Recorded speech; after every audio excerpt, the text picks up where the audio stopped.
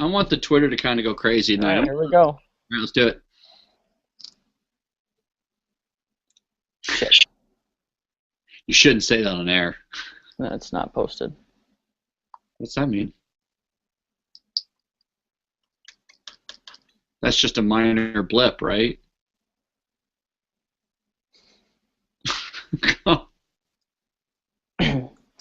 Hi, welcome to the Two Guys Show, number 9. We're going to be talking about game-changing apps tonight. We're from the EdReach Network, giving educators a big voice.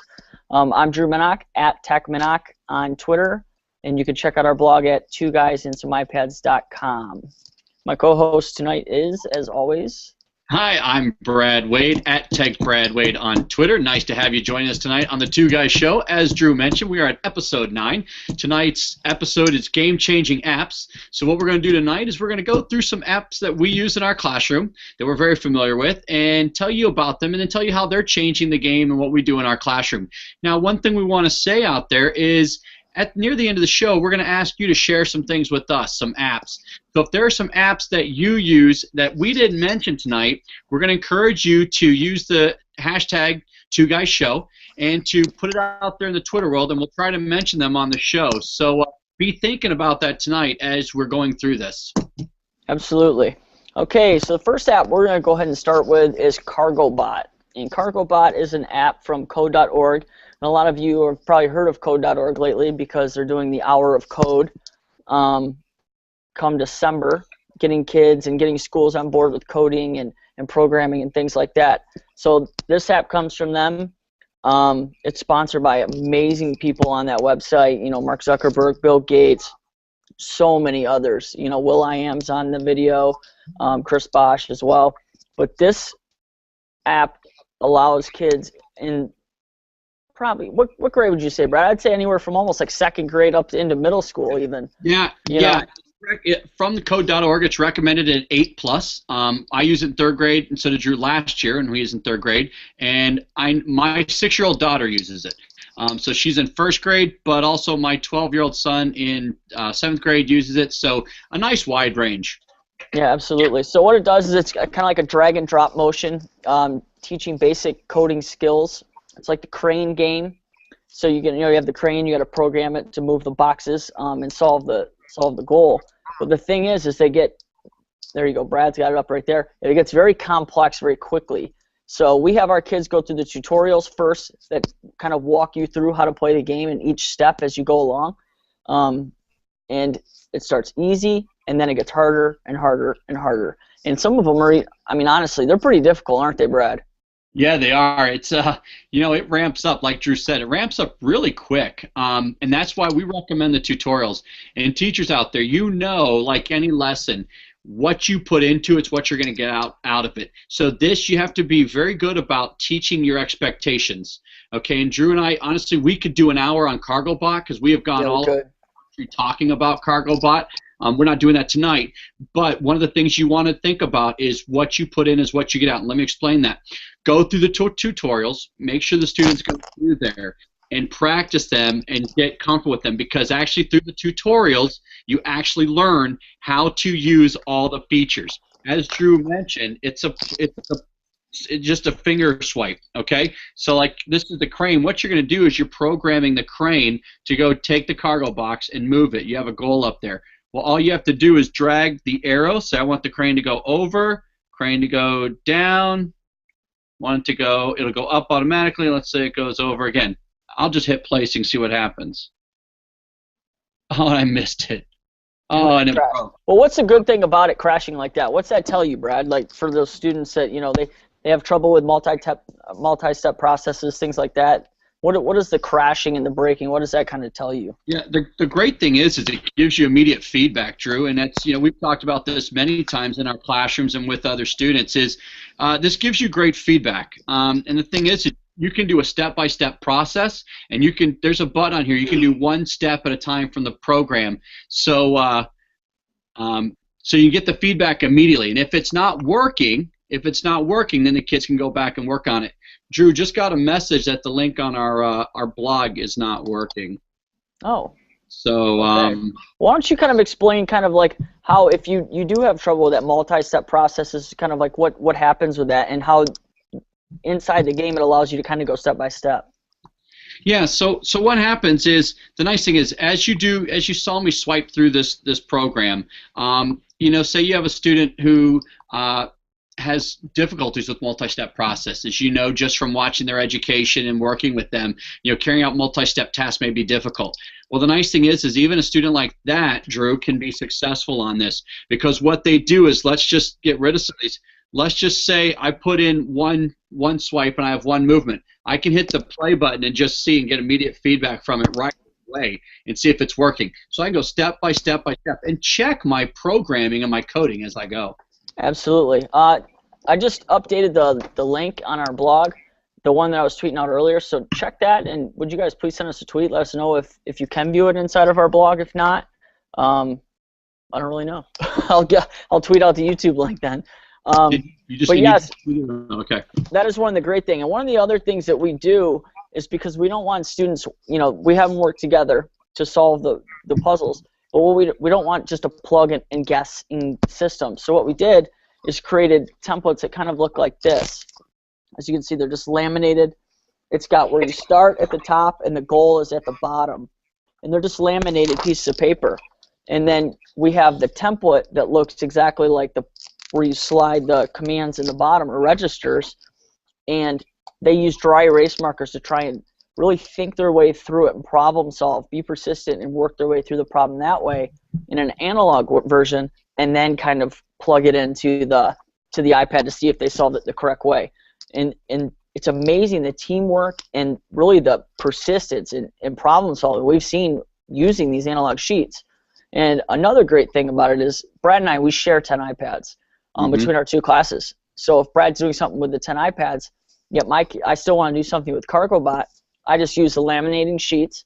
They get whatever level that they're on, and they're able to think their way and problem solve through it using the analog sheets, and then they can plug it into my iPad and see if they solved it. If not, they can see where they made the mistake, go back and work on it again. But that's just another way, an analog way to kind of like problem solve through it. Yeah, absolutely. And bringing up that analog idea was wonderful. And Drew mentioned where it came from. The nice thing is we live in a digital world, but we also have to know how to do things in analog form. So that's one of the things I know we're working on with our kids this year, is trying to get them to understand analog versus digital. So it's a great thing. And one thing we also noticed was the collaboration with the kids. I know Drew mentioned this a little bit. What we didn't want was, just like he said, just kids coming in and just playing and not really understanding what they're doing, not paying attention to the feedback they were getting. So it's a really great website it's a great app for coding.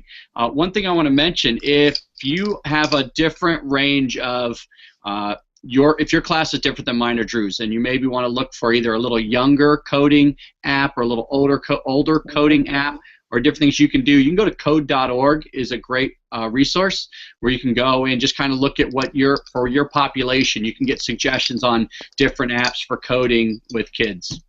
Absolutely. Now, do you notice boys, do they like this more than girls? Because I know that girls, they're not into the computer programming as much, and that's trying to get the girls involved in this kind of skill, because it's going to be important down the road, in a lot of job opportunities in the future with coding and programming, and that's one of the reasons that we kind of jumped on board and started teaching it ourselves. But do you notice that it is mainly boys? Yeah, you know what? That's a great question, Drew, because you know what? The stereotype would be that it's just boys. But from everything I've seen in my classroom, and I know we've talked about this at different places we've gone in the research we've seen, in my class, the girls liked it just as much as the boys, and I love that. That's one of the appeals. And we've discussed this. It's not like a shoot-'em-up game where just the boys. It has an appeal to both genders. It's gender neutral. You can hit the kids on the lower end. I've had kids with IEPs and special education working on this, and they've been very successful at this. I had one parent who was in tears because when I was in an IEP, her daughter's in special education. When I was in an IEP with her, I showed her what her daughter was capable of doing in the CargoBot app, and the thing was we were validating her. She said, "Oh my God, you're showing me my daughter is capable of learning and showing what she learned." So so it reaches both genders, and it hits kids on the lower end all the way up to the upper end. So, you know, in every range in between. So, I mean, if an app can do that and cover so many different people in the population, you know, it's truly amazing. It really differentiates the instruction, which is really important. You know, it attacks a lot of those high learners. And one of the stories I have is I had a kid who was one of my higher kids in my classroom, and every time you drag a command, it's called a register. Okay, Brad, do you still have the game up or no? Yeah, I can get it right. In the top corner, there's a hint button. You can touch the hint, and it will tell you kind of how many registers or the quickest or most efficient way, you know, it is to solve the problem. Well, it said in this specific level that the quickest or most efficient way to solve the problem was 9 registers. Well, he came to school one day, and he had been playing at home, and he solved it in 4. Yep. Comes up this big green writing, you know, you have found a new solution, please videotape and upload to YouTube. I mean, this kid that's 9 years old just solved it in half the moves, less than half the moves than the creators of the game found. I mean, that's the kind of things that we were seeing in our classroom. I mean, that's powerful stuff. And so we, you know, brought it up. We made a template on our Promethean board, and the kids can drag it, and it's great because then now they're teaching their peers how to do it. And that's really when you see, you know, the comprehension and the learning going on is when they're able to teach it to somebody else. Yeah, you know, I want 2 things on that, Drew. One, I remember when that happened because I got the iPads right after you, and I happened to grab the one with that message. And I'll tell you, it blew me away. Just the fact that, like you said, you know, a kid, a 9-year-old, found an unknown solution that the creators didn't know about, which was absolutely incredible. The second thing is, you know, we just found this app and wanted to bring it into the classroom and use it to work with kids in coding.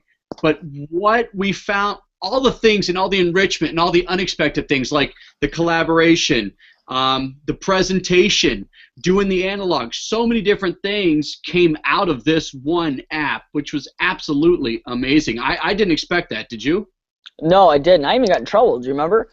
I had the parent stop me in the hallway and says, "I'm so mad at you." That's right. Like, great, you know, a dream for a parent to come up and say they're mad at you. And this was not a parent of a kid in my classroom, which made me even that much more worried. She goes, right. "I am addicted to Carglebot, and I blame you." And I just started laughing.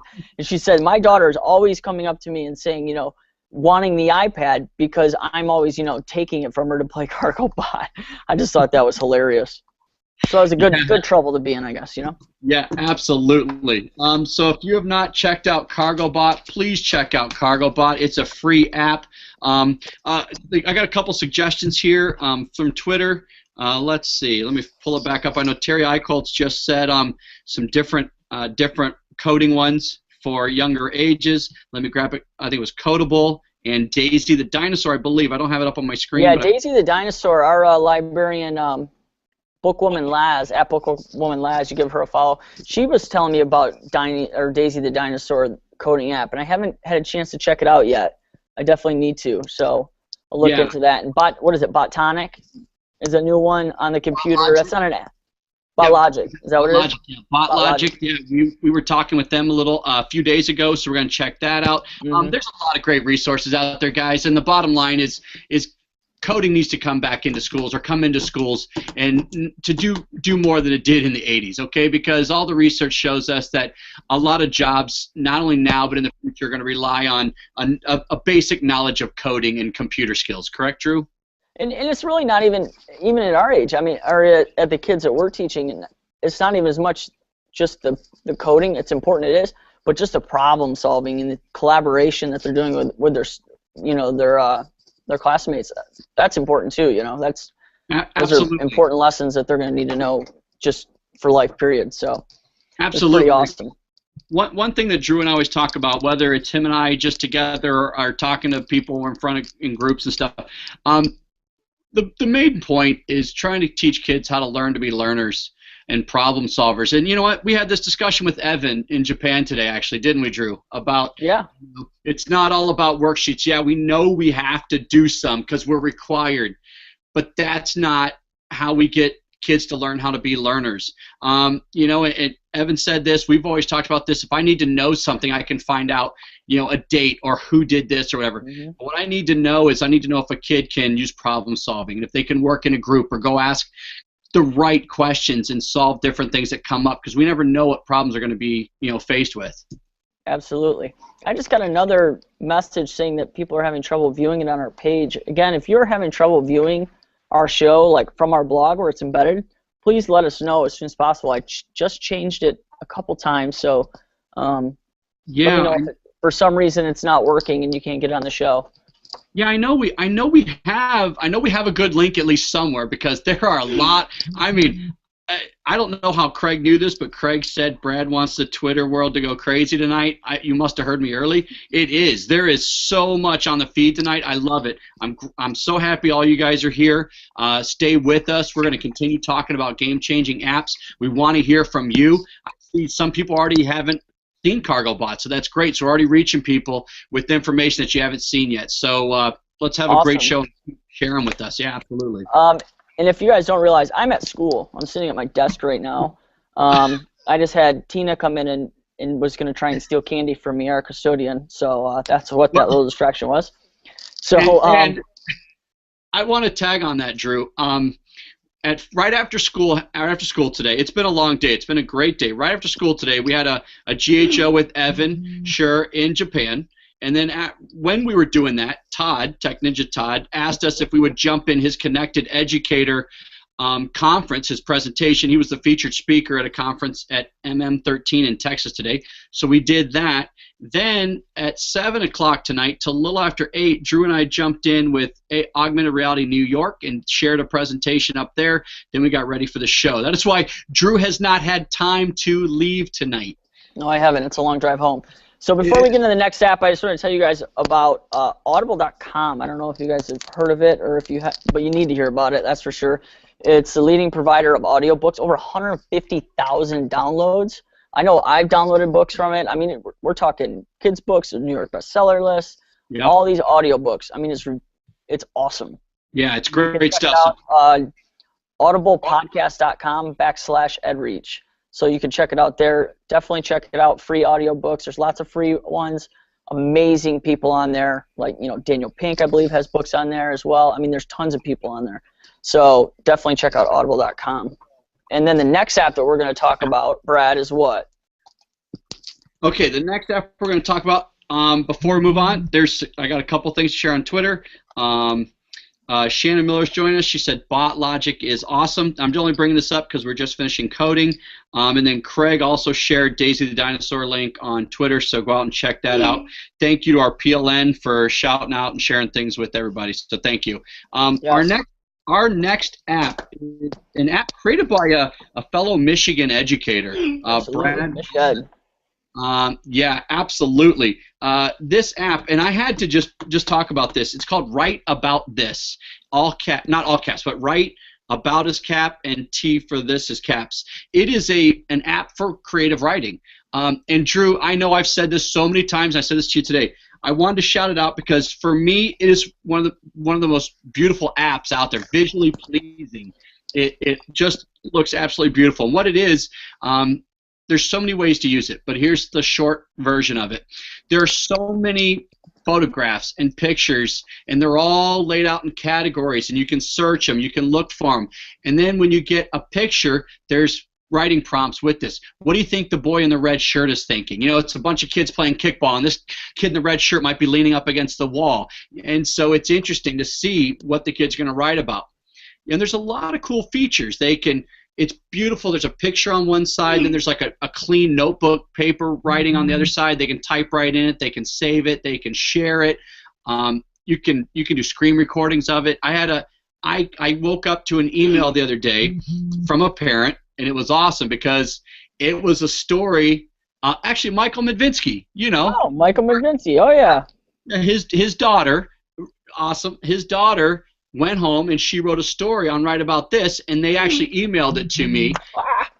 Oh, there it is. All right, so create your own. This is you have to look into Drew's monitors, see it. I'll be talking about it, but this is kind of what it looks like. It's called Write About This, and you can see, you can search for pictures, you can go into categories, you can get random generated ones, and I'll tell you.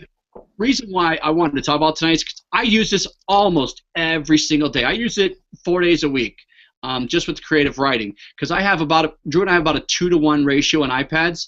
So one thing that you'll see a post coming up in the near future is about analog learning versus digital. So since I have 2-to-1, half my kids will be writing analog, half my kids will be writing digital, and same thing with like math and other things like that. So I wanted to bring this up because we use it a lot in our class. And Drew, what's your experience with it in your class?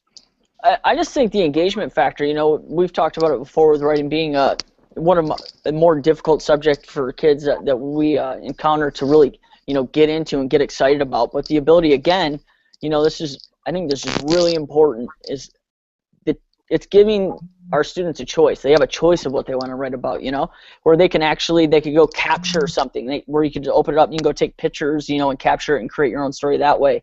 Random things, different categories, my write-abouts, so the things that you have saved, you can search different things.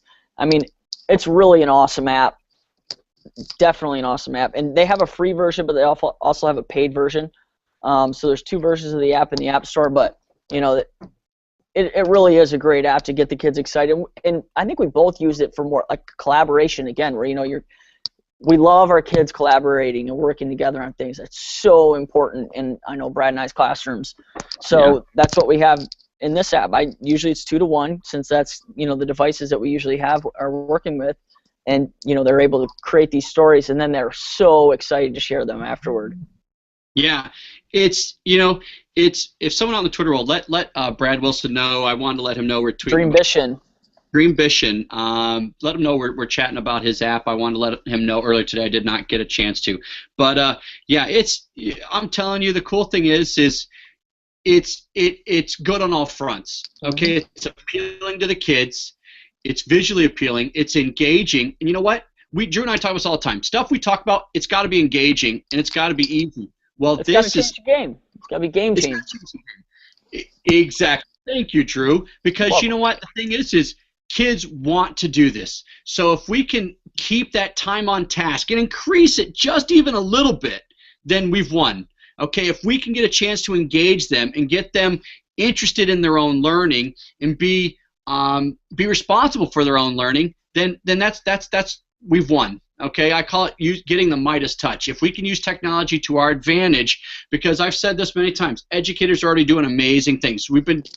Teachers have been doing amazing things for a long time. Now what you do is how can we use the technology to our benefit? And we are not flash in the pan guys. We are not dog and pony guys. The app and the technology has to have meaningful integration into our curriculum. Okay, we don't have an extra 3 hours to add technology in every day. So what we do is we have to integrate technology into what we're doing in meaningful ways and use it that way to change the game. And you know what? Drew and I have seen the transformation in our classrooms, and that's why we share these powerful apps with you guys. Absolutely. And that's one of the first 2 apps we've talked about really do that in our class. Moving on to the next app, and this is another thing that you're gonna learn about Brad and I if you don't know it already.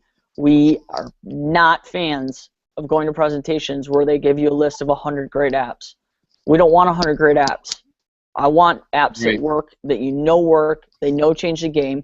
So we focus on a few. We're going to give you a couple more than normal tonight, than we normally would if you've seen our session in the past. But we focus on a couple, and that is it. The ones that we know change the game in our classrooms, and the ones that we know work. All right. Most of them are free, which is a bonus. Yeah, because I want to speak to that, because you know what? We've been doing this, we've been using technology and iPads for a long time. The thing is, I remember going to conferences the last couple years, and even 2 years ago, all these sessions were an app a minute, 100 great apps and stuff.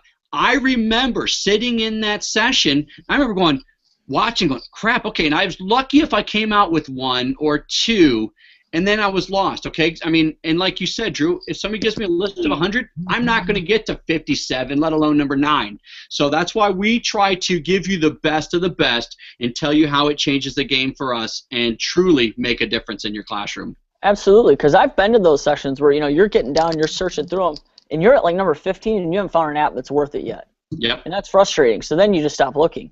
And you're not going to get to number 30, 35, 95, So give me 10, 15, 100% apps that work, and we don't even talk about that. We usually talk about 2 apps and augmented reality, but Right. we're going to throw in a couple more tonight. So we're going to Yep. move on to 3Ring, which, Yep.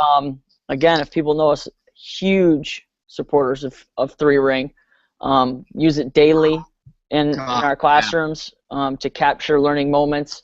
You can capture pictures, video recordings, audio recordings. You can just simply type notes. You can add pictures that are already on your device or on your computer. It's the one thing we love about it. It's so easy to set up, isn't it?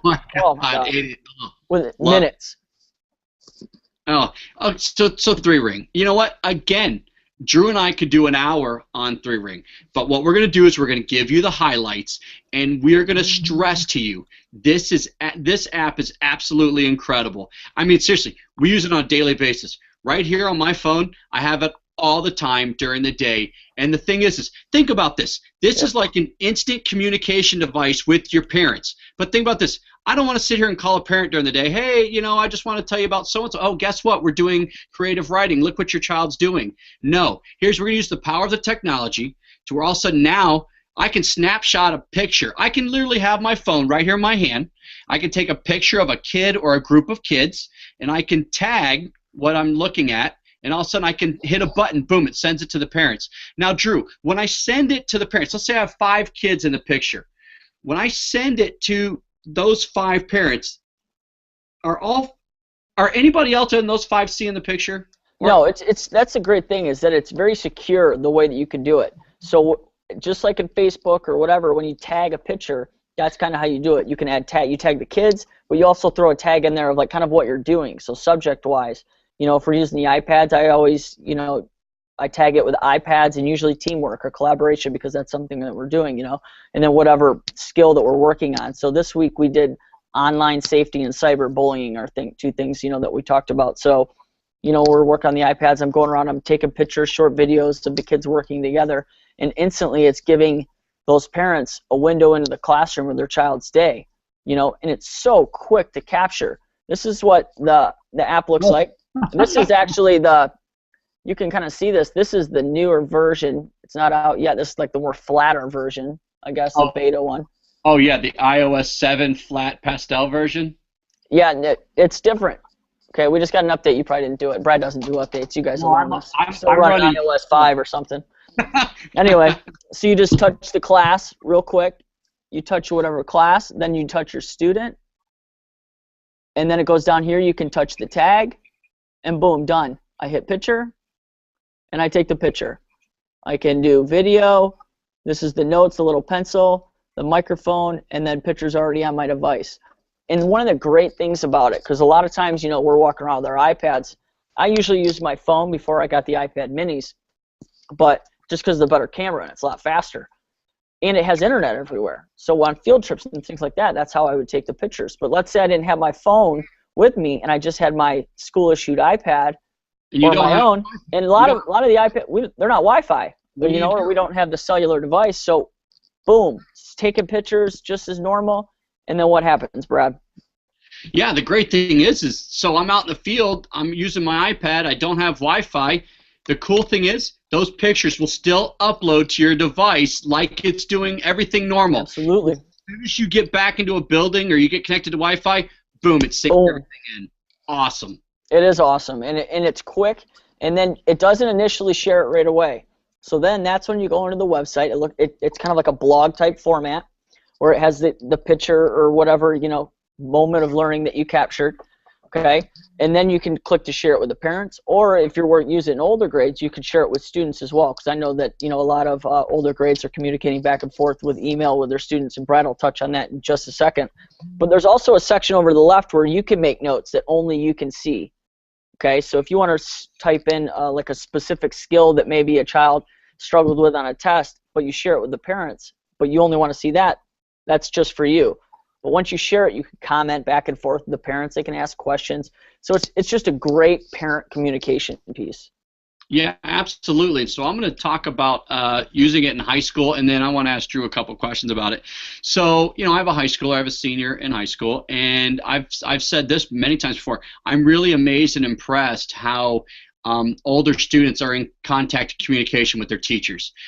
They know their teachers. Like my son is in a lot of contact with his teacher, getting attachments, getting rubrics, talking about what they should be doing for projects and stuff. So the great thing about 3Ring is that you have a communicate with parents or communicate with students, basically. So you can use it at any level. The way Drew and I use it might be different. Actually, Drew and I still use it a little differently, which is great because you can almost personalize it. You can use it for candid shots. You can use it to create talking points when kids get home. Hey, Drew, what's the most common answer when a parent says, "What'd you do at school today?" Nothing. Can they now, when we do this with 3Ring, do the parents have something to chat about now? Yeah, it gives great talking points at home, And I don't know about your kids, Brad, but my kids are legitimately excited when they go home. I've had parents email me saying they're so excited when you upload things on 3Ring and I can talk about it, at home with them. So it's awesome that they get a window, or as, the parent has told us before, they feel like a fly on the wall in their child's classroom. I mean, it doesn't get any more powerful than that, It brings all of the parents into the classroom without actually bringing them in the classroom. We love our parents, right? But we don't want them all in our classroom every day. I mean, let's be real. So this gives you that ability to still bring them into the classroom without actually having them be there, and it gives them a whole different perspective on their child's learning. All right, so Drew, quick question. How can I share this with my administrator? If I'm doing something really cool in my class, I can't leave my room and go get my principal or my administrator and say, "Oh, look at this awesome stuff." Is there something I can do to get them included in that, even though they don't have a child in my class? Absolutely, and that's the thing is, it seems like the administrator always walks in at the wrong time, So this gives you the ability to share that moment of the right time, and a lot of the cool things, that you got going on in your class, you really want them to see. I'm on the complete opposite end from the office of where my principal's office is. So we can just tag them. We create just like a student, and we tag them in the picture as well, so they're able to see things that we're doing in our classroom as well. One trick that we kind of did is we made, instead of, let's say if we're doing a class picture, we just made one person, it's like one child, just called 4th grade class, and then put all of the parent emails for that one child, like they have 48 parents or whatever. And that way I just tag that and it shoots it to every parent in our class without having to go through and select each child. There's one kind of tricky way that we use it. Yeah, and that's the nice thing about it. Drew and I have been using this for a long time, and Drew actually even has me by a couple months over a year, last year when, a year ago when he started it. But the thing is we've used this for so long, we can kind of give you some of these insights and things to help you out there. Now, Drew, is it hard to set up? Because if it's hard to set up, I'm not doing it. I agree. And it literally is minutes setting it up. It's so quick and easy. I mean, you just go in, you set up your account real quick as a teacher. It's free. And then you put your class list in, copy and paste emails in, you're done. I mean, you can type the tags as you go if you want to. I mean, you can add students, I believe, right inside the app. I mean, it really is a powerful app, and it's one that's really changed the way that we kind of interact with our parents. And what's another way that you can use it? Let's say report cards or parent-teacher conferences. That's great because, Drew, you know what? You can, let's say I'm sitting in a parent. The nice thing is because of the tags we use when we're documenting all this stuff, let's say I'm sitting with the parent at a parent-teacher conference, and I want to say, okay, let's take a look at your daughter's math. I'll bring up that student's name, and then I'll hit math, and then what it'll do is it'll give me all the documentation that I've collected, all the pictures or anything I've collected, whether I've shared or not, now can come up under math. I can see, it's like I know, Drew, you take a lot of pictures of assessments, correct? Yep. Okay. It's great because that's one of our initiatives at our school is sustainability. So instead of making all these copies, so I have a copy here for their file, and sending one home so the parents can see it, a quick boom, snap a picture of it, the parents get it instantly, and then I have the original. So I'm never making copies of things. They're getting the test, and it takes away that problem of, I left it on the bus, or I lost it here, I lost it there. That mistake's gone. It kind of takes that responsibility away a little bit and puts it on the parents just to check 3Ring. And it sends them a notification saying, hey, this person, Mr. Minnock is sharing an item with you or an artifact with you on 3Ring, so click here to check it out. Yeah, absolutely. And Drew, so let's say we're getting ready to do report cards. Can we use that too as just quick information? That's one of my favorite features of it is that there's a little search bar at the top. You just search the kid's name, boom, everything you've tagged that kid in is right there. Now I want Johnny's math. I type in Johnny's name, it comes up, math, boom. Now everything that I've tagged Johnny in and math is instantly right there in my feed. So it gives me just a quick snapshot. So if we're talking parent-teacher conferences and I want to, you know, bring something up like a specific test, I tag all my tests. So Chapter 6 math test. Right. I just type in his name, Chapter 6 math test, boom, there it is, right here on my iPad. Real quick, perfect for parent-teacher conferences because, you know, you can personalize it to each kid or, you know, that you're meeting with. It's just a great communication piece. Absolutely. So check it out. Download it. It's 3Ring, the 3Ring app with the spelling out the word 3, T-H-R-E-E. It's excellent. Hey, just a quick update. Brad Wilson has been joining us on Twitter. All right. Shout out. Looks like he wants to do kind of a giveaway, so check the Twitter feed. Hashtag 2GuysShow. He wants to hear from people talking about right about this. I think he's going to do something, so pay attention to that feed and stay with us on that because we got a lot of stuff going on. So, all right, Drew, anything you want to wrap up about 3Ring before we move on? No, definitely set it up. I think it's easier to set it up on the computer first. It is. It is. You know, so I think that's definitely the best way to set it up on the computer first and then try and capture everything inside the app. It doesn't store anything on the device, which is an issue we've ran into before where, you know, all of a sudden my 16 gig iPad is full because I've taken 1,000 pictures throughout the year. Well, this just instantly uploads them and you don't have to worry about it on your device, which is really nice. So definitely give it a shot. Yeah, that's actually how that's part of how we found this. Drew and I have been trying to find apps that teacher productivity apps, and I finally came to him one day and said, "iPad's full. I had beautiful folders for every kid. It was January. I was in trouble." So yeah, great thing about this, stores it in the app, not on the device. So excellent. So check out 3Ring. Also, you can find them on Twitter at 3ring.com. Steve and Michael usually are easy to get a hold of. They want to hear from educators. They like to hear how their app is doing, what you like about it. If you see anything you think could be improved, they're very open and receptive. Correct, Drew? Absolutely. And Ted Huff, you're one step ahead of us because the next app we're talking about is Remind 101. Yeah, that's awesome, Ted. I've been seeing his comments on here. That's great. Okay, so Remind 101, Drew. So I don't even know where to begin on that. There's so much we could talk about Remind 101. We've actually met them. We know them, but we didn't know them at first. And why don't you tell us a little bit about Remind 101 real quick? I heard about Remind 101 last year, and I heard about it right towards the end of the year. But the thing was, I already had 3Ring going, so I didn't quite jump on board because it was just one more thing I had to try and set up in like the last month of school, So I started using it this year, and oh my gosh, my parents love it. It is so quick and so easy, and that is one of the things, again, that you'll hear from us.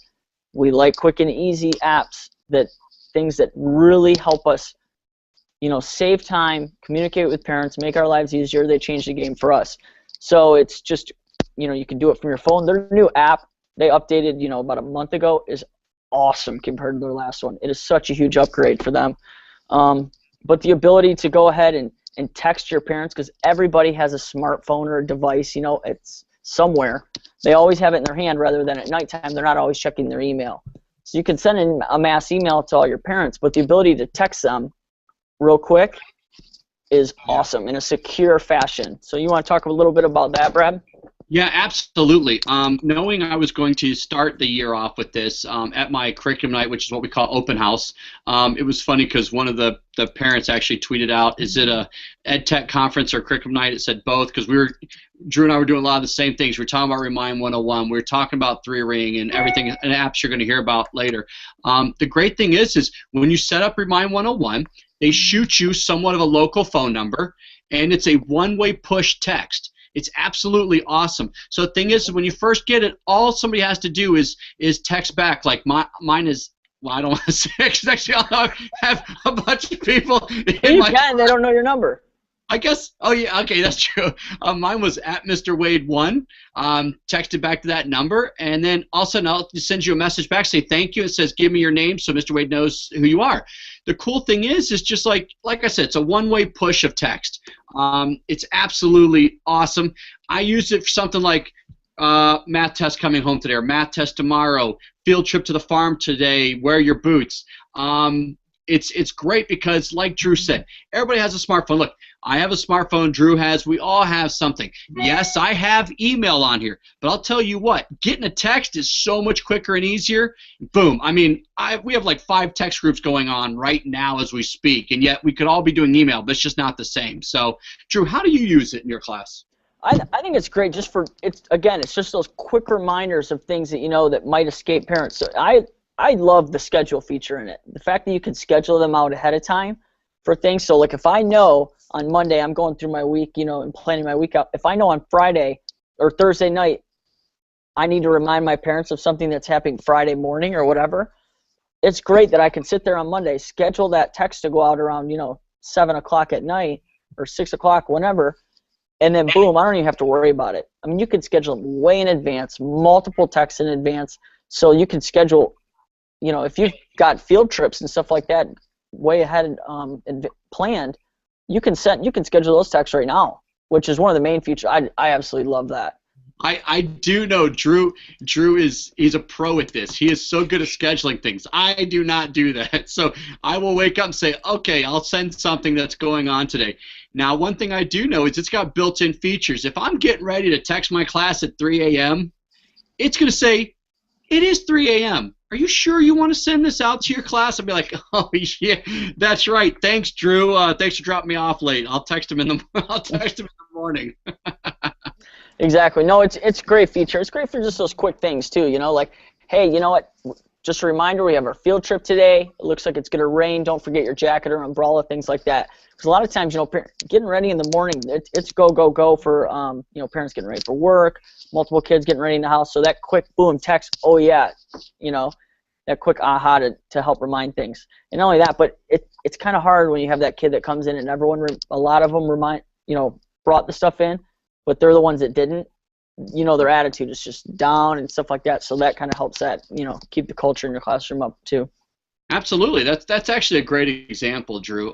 For those kind of moments where you're just like, oh, I wish I could get a quick message to the parent. Can they message me back through there? They cannot message you back, so that's a great thing. It's just a one-way thing. You have to message everybody at once, so that keeps the secure factor, that way you're not texting one child at a time because, that just leads to badness. Right. So that feature is nice. They're looking at moving it into where you can do small groups. So if I just have like a group that's working on a project, then I can just shoot out text to that group and say, hey, don't forget about this, or this and that. So that'll be a good feature that will probably be available sometime in the future. Yeah, I know they're working on that. We definitely want to give a shout out to at Remind 101, Brett and all those guys out there doing great things. Drew, you were able to quickly hook up with them and meet up with them this summer, right? Yeah, I stopped by their place when I was out in San Francisco, and it was great to sit down and talk with them. They're such great people, and it was just a pleasure to sit down. They gave us a little preview, of their of the iOS 7 app before it came out. So that was exciting, and then he showed us, kind of the teacher resource page that they have available. So if you're wondering exactly how other teachers or administrators and things like that are using it, go to their website. They've got a bunch of resource videos and things to help, documents to help people that are a little unsure about it. So, I mean, there's a lot of great resources on their website, so definitely check that out. Absolutely. And one thing, as we mentioned before, they are very interested in knowing what people think about their app. It really took off when they started listening to what educators were saying and made a lot of great adjustments. So they're very open and receptive, so reach out to them. Let them know what you like about it. Great news is always good to hear, but if you think there's something that should be tweaked or you have a good idea or an update that could be in a newer version, just reach out to them. They are very willing to listen, and they're great people. We had a chance, before Drew went out there this summer, we got a chance to meet up with them at ISTE down in San Antonio. So another group of great people behind a great app. So please. Yeah, I got to give a shout out to this tweet. This tweet's awesome. Yeah? Nicole Ring at Nicole Ring 1. I just showed my 4-year-old cargo bot. He just solved one of them. Listening to him problem solve is priceless. That is awesome. Where is that? Where'd you get that tweet? 1 minute ago. I just retweeted it. So awesome tweet. Love seeing that stuff. So definitely be checking out CargoBot.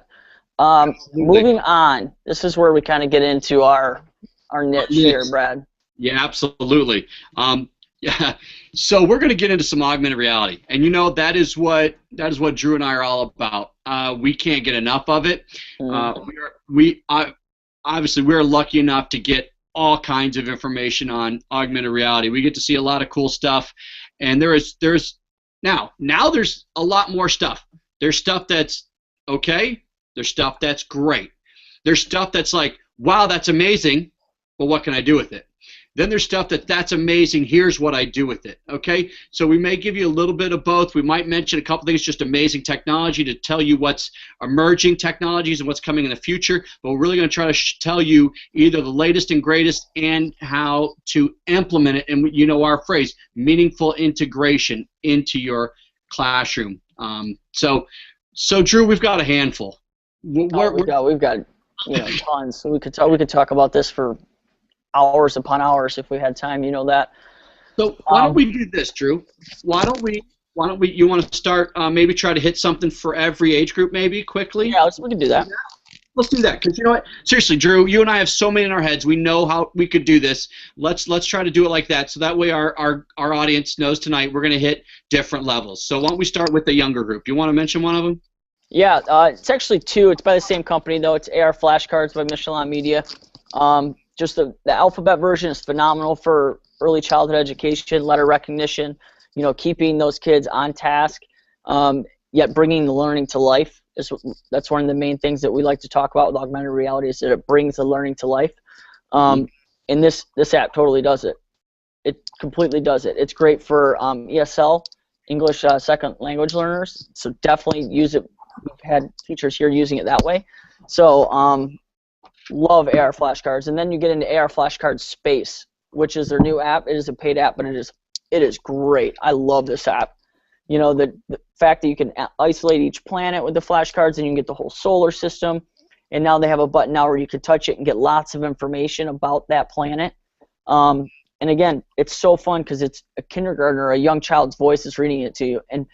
And Brad knows there's a couple of them. I love a couple of these flashcards. Jupiter is my favorite for AR Flashcard Space, and then Velociraptor for just the AR flashcards, the alphabet, because at the end, once they're done, they get you get some dinosaurs. Of course, who doesn't want to learn about dinosaurs with augmented reality, right? Absolutely. So, absolutely love AR flashcards, and that's one that you have to check out. It's free. There's the AR flashcards, the alphabet one; those are free. But the space one is, I think it's 99 cents or $1.99, something like that. Yeah, I'm not sure. So this is what the flashcards look like. You go to the app. It'll say, all right, print off the file. You can have it emailed to yourself. You can print it off. Think about little Johnny.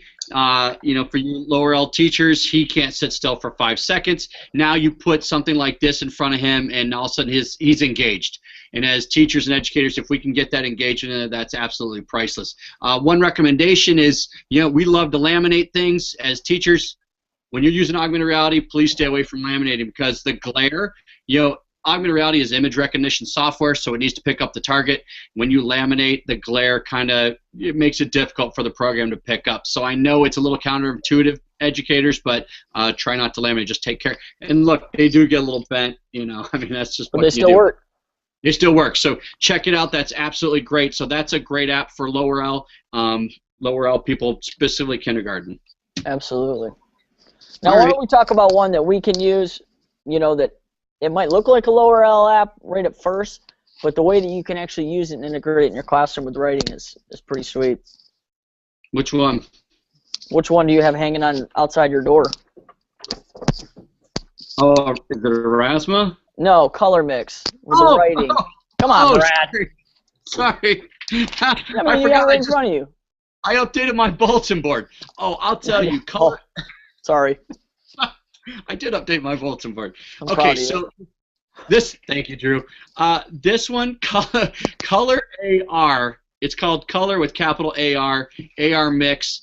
I'll tell you, this is absolutely incredible. One, the technology's astounding. And then the way Drew and I have integrated into our classroom, we're pretty pleased with the ideas we've come up with. What it is they look like I've got a bunch here, but I'll hold these up as I'm talking about it. They're just little coloring sheets, Okay, here's some of the templates. Just plain coloring sheets right here. You know, anything you'd get out of a coloring book. We got a dragon. We got a girl in her room right here. What is this? Oh, we got a plane. So here's the thing. The cool thing is these will come to life. They're 3D modeled. So like if this shoe right here, when you use it under the Color AR app, this shoe will come to life and become a 3D model. It'll move around, dance around a little bit. This girl will kind of dance in her room. The dragon will come to life, and he actually will start breathing fire. Now, one of the things is when I add my own color to it, Drew, when I color this and then I put it on the device, what happens? What's unique about this? It literally pops right out of the page.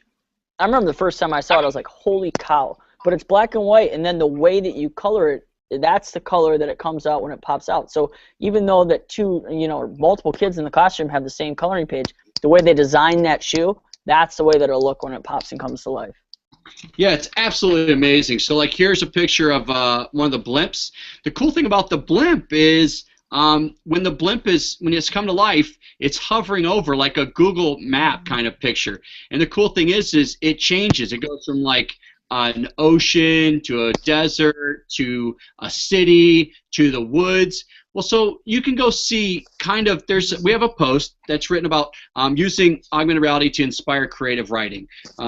It was funny, Drew, because what happened when you told me about writing that post? You're talking about pictures. What did I tell you? Because something happened. Yeah, I was talking about writing this post, because we had just done this activity in our classroom using Color AR or Color Mix to inspire creative writing.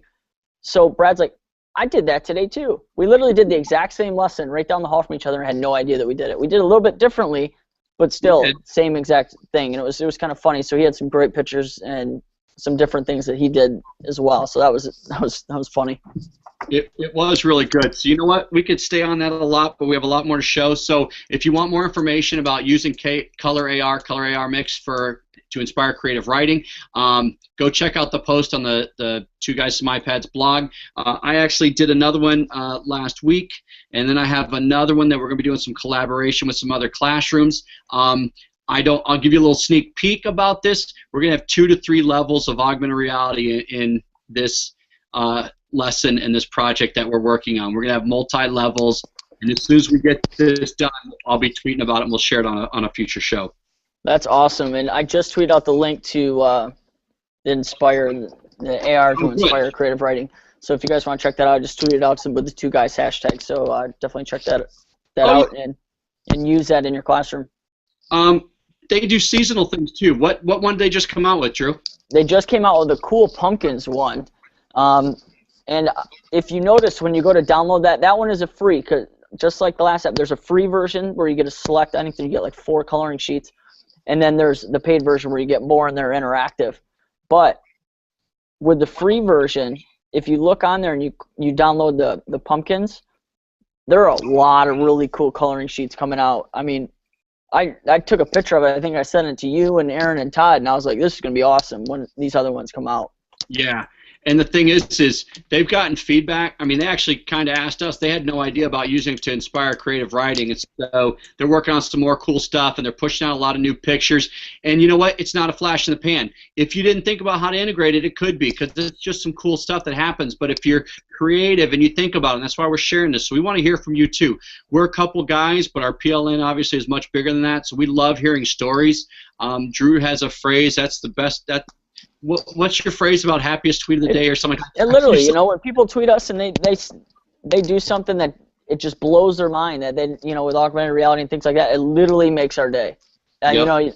Literally seeing that just makes our day. We love hearing that people getting inspired to use augmented reality and then seeing the power behind it. It's awesome. We love hearing it. So please share your stories. There's another coloring, the dragon. So ones that says coming soon, there's a horse, there's a T-Rex, a fish, dragonflies, then there's looks like a great white shark swimming and trying to eat a fish, and then there's butterfly and flowers and things like that. So those are all, it says coming soon, so those will be really cool once they come out. I'm excited for that.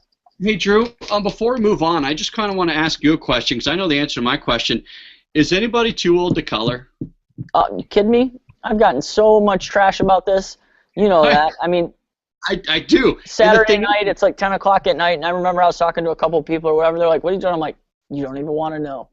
I remember when you and I was colored when we first found this app, or when they first heard about it. It was Saturday, 10:30 or something. Drew hit us in a text group, and I'm just like, oh my God. I mean, I was blown away, but boy, besides being blown away, he was getting so much grief about it. But the funny thing is every time I do this assignment and this lesson, the project, I color one every single time. And it's just, so you know what, I encourage, hey, just because you have older students, I don't care if you're at middle school or high school, try it out. You may be surprised. You know what, kids are kids. You know what? Let them be creative and have fun. You'll be paid back tenfold. I guarantee you.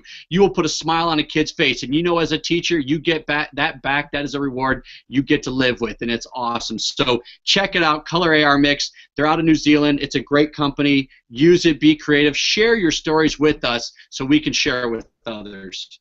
Okay, we had someone just ask the question: would you consider Aurasma augmented reality? I love that. Wow. Brad, would you? Well, let's see. Kristen Matson, yes, absolutely. Yes. Aurasma is one of the main apps that we talk about and we use. And I love your idea of bringing the yearbook to life, absolutely. That's one way that you can do it. But, I mean, we use Aurasma to have students creating augmented reality. And really, again, it takes that learning deeper. You can literally make your classroom come to life, you know. So Brad, why don't you talk real quick about like book reviews and things like that? Yeah, I'll do that. And again, Drew and I could spend an hour, 2 or 3 hours on Aurasma, but of course we'll try to just stay on it for a few minutes. What I'll say right here before we get talking on it, there is so much information about Aurasma on our blog. If you're new to us or new to this, check out twoguysomeIPads.com. Look under Aurasma, look under AR tutorials. It'll help you get through. One thing that, I mean, there's many, many creative ways. Drew and others have created a document on our website, on our blog, that people have been integrating and how to use it, ways to use it. But one thing I'm doing right now is we're doing book reviews. I tweeted this out the other day. You know, students to have a book that they've read. We use the cover of the book as the target, the trigger image, and then the kids record a video talking about that book. And the way we use it in my class is we have stickers, so the kids know if something's augmented, we had a sticker. Now, we used to have different stickers for different iPads, and they'd have to match up the device. Well, now, if all my devices are signed in to the same account, which I have all 10 of my iPads signed in the same account, when a student creates an aura, it goes out to all of them. So, Drew, if one student brings in an aura, but it wasn't created on that, now what can they do? Can they view that aura? If they create it at home? No, I mean, like, if I'm one of the 10, it goes to all of them. So, as long as you are all logged into the same account, it's not device specific. Okay? Right. As long as you're logged into the same account. I'll say that again. As long as you're logged into the same account and you create an aura on the device, you can see it on all of those iPads that are logged in on that account. Otherwise, you need to create it in the studio account, add it to a channel, and then whoever wants to view that aura can view it by following your channel. Absolutely. Now, there are so many things you can do. You want to put it in the students' hands. You want that, like Drew said, you want them creating auras. You want them to work on their own learning, make their learning deeper. If you're a special teacher, like you have Spanish, or you're at high school and you're Algebra 2 or whatever, you can still use this. One thing everybody can do is you can augment a bulletin board. That may be one of the easiest things to start doing, is just start augmenting things. Tie a video. If you have a PBL, you're doing projects, maybe you're going over the rubric. Maybe you use the rubric for your students as a trigger image. Well, every time they put a device over that rubric, there's a note from you talking about the project, when it's due, what to pay attention to, what to make sure you don't forget. You as a teacher can use it however you want. Drew, what do we say you're only limited by? You're only limited by your imagination. You can literally create anything that you want. As long as you can imagine it, do it. And let your kids create, because their imaginations are a lot more wild than ours are. So let them create, and they will literally blow your mind. And one thing I want to say is, one thing I say all the time is bring old lessons to life. You know, like we've said earlier in the show, educators have done amazing things for a long time. This is your chance to deepen and enrich a lesson that you've already done. Okay, so you can just you know what? Like I said, we could stay on here for a long time, but go check out the resources, talk to other people. We've been using Erasmus for a long time. There's a lot of great resources on our blog. There's the tutorials. Drew, what did Erasmus contact us about our tutorials? What did they tell us? Yeah, they loved our tutorials, that they put them up on their support page for people who are, want to learn how to create them. So they're on their support page, so you can go check those out on our blog at AR Tutorials. Definitely check those out. Drew, I know you saw this tweet, and I know we've got to address it, from Courtney Barnett. Did you see that? Yep, I did. I've never used AR in action. Can't wait to use these apps with my DHH students. Drew, why don't you fill her in why that is extra special to us? It is, because we are the building that hosts all of the DHH students for Oakland County. So I'm actually in the DHH hallway, and Brad's right around the corner from the DHH hallway. So we have a couple teachers, mainly Heather Hoisington, who's creating augmented reality for her DHH kids. And then I just got them sitting right next to me, actually. Oh, good. You There's have these. I don't know if anyone's seen these, but these are flashcards. They're baby flashcards, obviously. Awesome. Right? So then, as soon as I think these are like $25, but they're 50-something flashcards, right? And then using the app, you just put it over the app, and then the baby again comes to life and is teaching you the sign. So all of the kids, it's not only just for DHH students or their parents or anything like that for basic signing, but it's also able to teach a lot of our kids around the school who have DHH students mainstreamed in their classroom, able to communicate by learning simple signs and things like that. So just got these the other day in the mail. I'm pretty excited to give them a go, and I'll definitely be writing a blog post about them sometime this week. But it's called Baby Sign and Learn is the website that I got them off of, and the app is free. It's called Magic Camera. They have a little sample page that you can print off and use the app just to kind of check it out beforehand. But yeah, definitely give these a try. Yeah, so Courtney, get a hold of us off camera at some point if you want. Email us or whatever. We'll give you our contact. She's from Michigan too, by the way. That's awesome. Maybe she knows that we're in the DHH program. I don't know, but definitely touch base with us sometime outside of the show so we can get together and share some more resources with you, and we'd love to chat. So, all right, Drew. As we talked about, we've got more things. Why don't we talk about a couple apps that have AR in them? We've got. Maybe we just mention a few. Fetch Lunch Rush by PBS Kids. That's for Quick recall. It's we can use it from kindergarten, maybe first grade, second grade, third grade, fourth grade. It's by PBS Kids. It's actually a nice app. It's free. Check that out. One you can use now in middle school or high school or upper L is NASA Spacecraft 3D. Drew, is that a paid app or is that one free? That one's free. Another thing that we love about it, one target. Multiple kids can be looking at different spacecrafts or satellites with one target, and we love one target. You know that. Absolutely. There's so many awesome apps out there. I don't even know where to begin, but there are so many great ones. DAQRI, definitely check out DAQRI, Anatomy 4D for really, like university level and medical school type things, where you can isolate the body systems. That one will blow your mind. Fuel Effects, they've got a couple cool ones where you can program a robot. You got DAQRI, as Brad is holding the element cubes. Those are amazing way to bring elements and to make them interactive and exciting by actually with 4D, communicating and making them see the chemical reactions with those. Yep. But there are so many. We could literally go on all night, but we're running out of time. So we love AR. So here's the thing. It's obviously every 6 weeks or so, Drew and I are going to do the show just us. Or 4 to 6 weeks, whenever we feel the need to talk about more apps. We'll always do more augmented reality. If you're just joining us, please check out the blog. You can get more information on the apps. We do have game-changing apps on there. We write reviews on them, and we don't just put any app up there. So if there's something up there, we've used it firsthand. We believe in it. We've seen the power of it. So go check out. There are probably even a couple apps, maybe even under AR, that we might not have mentioned. But we encourage all of you to check out augmented reality. That is our specialty. If you have questions, you can tweet us or you can go to our blog, send us email, anything that you might have. We love to share information with you. I got something I want to talk about before we end. Yeah. this happened to me today, and everyone knows I love my iPads. I love my iPads, and I cannot wait. I will probably get an iPad Air just because I'm a fanboy.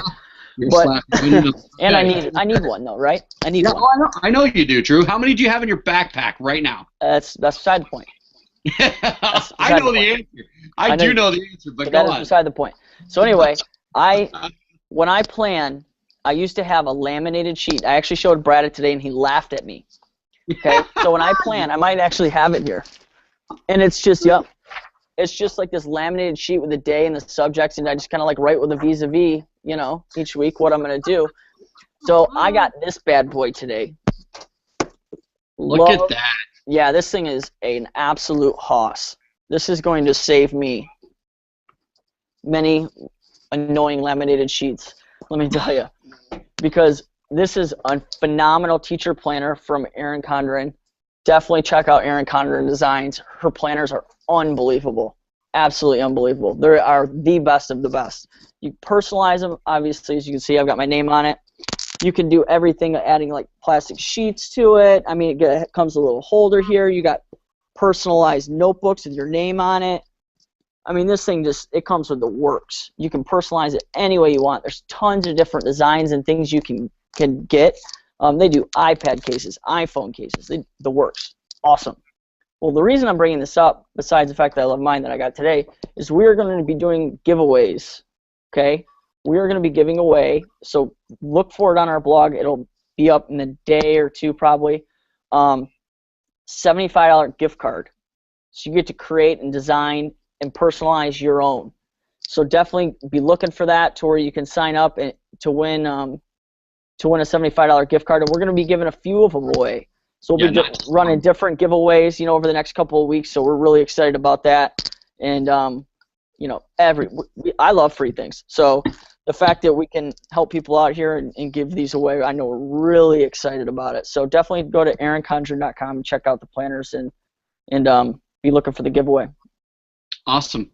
All right, Drew. Well, let's wrap up our apps, and then we have just two quick things. We have Twitter shout-outs, and then we have our music section, which I know you're geeked about. So, hey, I'm thrilled about the music section this episode. So, why don't you start with your This Week in Twitter, your Twitter PLNs real quick, so we start wrapping up. All right, I'm gonna give a shout out. I'm gonna give a shout out to just people that have been following the show. Ted Huff, big shout out to you for following the show tonight.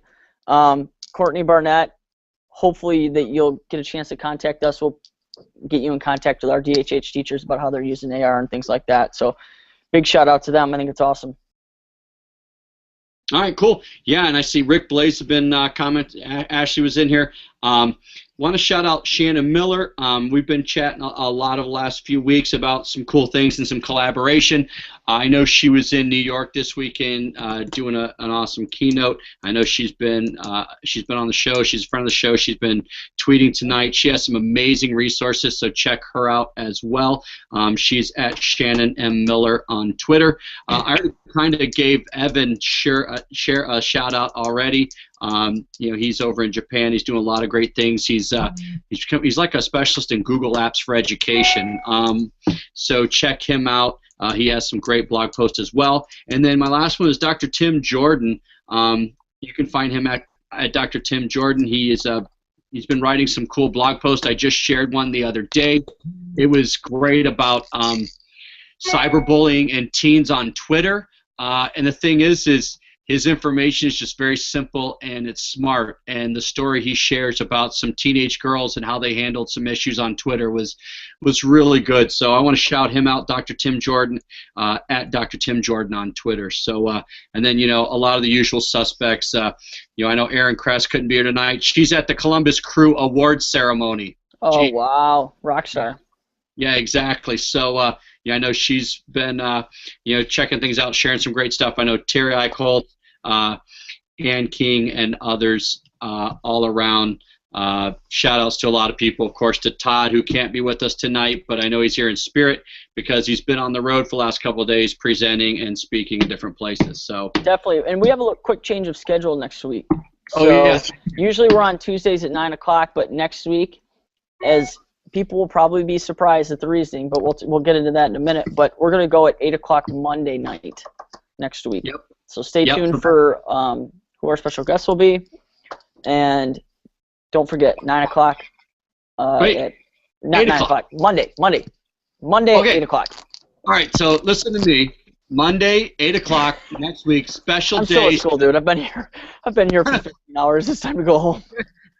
Exactly. All right, Drew. So I can't wait to get to the music session, but I always want you to share what's on your playlist. What are you listening to? Okay, so the reason we're switching the show to next week is because I'm actually going to a concert.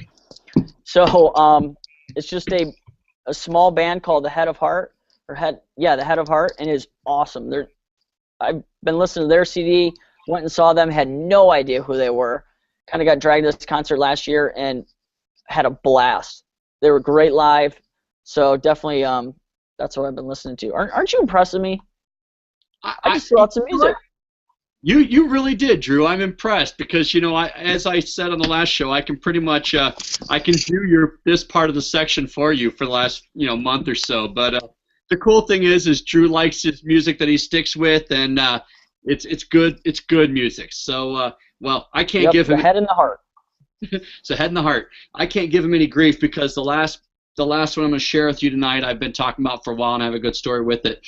All right, well, what's on my playlist and a lot of stuff I'm listening to right now is there's a new song by the Goo Goo Dolls, which I really like. I've only heard it for a little over a week now. It's called Come to Me. It's a cool song. It's definitely different than some of the upbeat dance stuff, but that's cool. It's called Come to Me by the Goo Goo Dolls. And then I don't know if I mentioned this last week. I know I mentioned this in our text group. Lana Del Rey, Summertime Sadness. Yeah, Did I mention that last week on the show? Yep. Okay, well, I'm saying it again. Summertime Sadness by Lana Del Rey. Cool song. I don't know. It's a little dreary, but it's pretty cool. But now I'm going to get to the last one. I've been talking about this song for over a month now, and the song is great. The video is great. It's a song called Here With You by Asher Monroe. And Drew, you've heard me talk about this for a few weeks at least, right? Daily. All right. So I mentioned this video probably a month ago. One of the cool things I mentioned is it's got some cool like augmented reality Minority Report type things in the video. Okay, basically it's got like emerging technologies in it. So I've been talking about it, and the song's great, the music video is great. So some cool news is I tweeted about the video a couple weeks ago, and Asher Monroe retweeted it because I just talked about liking the video. So last night I decided I was going to go ahead and tweet Asher Monroe about the video and invite him to come on the show. So the cool thing is he tweeted back, he started following me, we had a little Twitter discussion, and then he gave me the email of his manager. So the cool thing is I've been emailing with his manager today, and it looks like, keep fingers crossed, we have to get schedules to work out, but it looks like Asher Monroe is going to join us for the AR music section of the show in the future. So just a matter of getting the timing down, and we will sit down with Asher Monroe. So if that's something people in the Twitter world like to see, please tweet about that. The more the better. He is at Asher Monroe on Twitter, and I encourage you to check out the song Here With You. The video is excellent, the song's excellent, so hopefully he will be a guest on a future show. So how about that, Drew? How about you? Rockstar. That's cool stuff. I'm pretty excited about it. All right, Drew. So, all right, let's take it home. Let's take it home. All right. Well, why don't you go ahead and sign us out? How can we get a hold of you, Drew?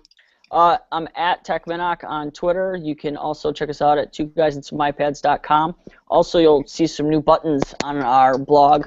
We're really excited to be part of Best Keynote, that webpage, that series. So you can click on there and get information about kind of our presentations, kind of what we do. If you're interested in us coming out to do any type of keynoting or workshops with augmented reality and different things like that, definitely a place to check it out. And also there's a Two Guys button on there now, so you can go right to iTunes to download our podcast, leave comments on how the show's going, if you enjoy it, kind of what's going on with that. Also check out Stitcher. You can download download our podcast on Stitcher, on the app as well. Go to stitcher.com/edreach us. Good for you, Drew. I'm glad you did that. So definitely be checking it out there. So That's it. All right. Well, I am Brad Wade. You can get a hold of me at TechBradWade on Twitter. You can also find us, as Drew said, twoguysomeipads.com. If you like Instagram and you're on Instagram, you can follow us on Instagram at twoguysomeipads.com _. We also have a Facebook page and a lot of other social media, Pinterest and whatnot, so please check us out, get a hold of us. And as Drew said, we are now part of bestkeynote.com, so if you want to get information on that, best-keynote.com. But you can just go to our page and click on it. Yes, so if you're interested in having us come join you for keynote workshops, presentations, whatever, we have been going all over the country, and we have a lot of great places we'll be going in the future, already set up and scheduled. So if you're interested in having us join you for some inspiring, passionate discussions and workshops, we'd love to join you, so please reach out to us as well. Thank you for joining us on the Two Guys Show on the EdReach Network. You can follow us online. Please reach out to us. And remember, we have a special time next week. When is that, Drew? Monday at 8 p.m. Eastern Standard Time. Monday, 8 p.m. Eastern Standard Time. All right, well, thank you for joining us tonight. Drew, you are a wonderful guest tonight. Oh, thank you. Thanks. Thanks, Drew. All right, well, have a good night, everyone. Stay connected, and we will catch you soon.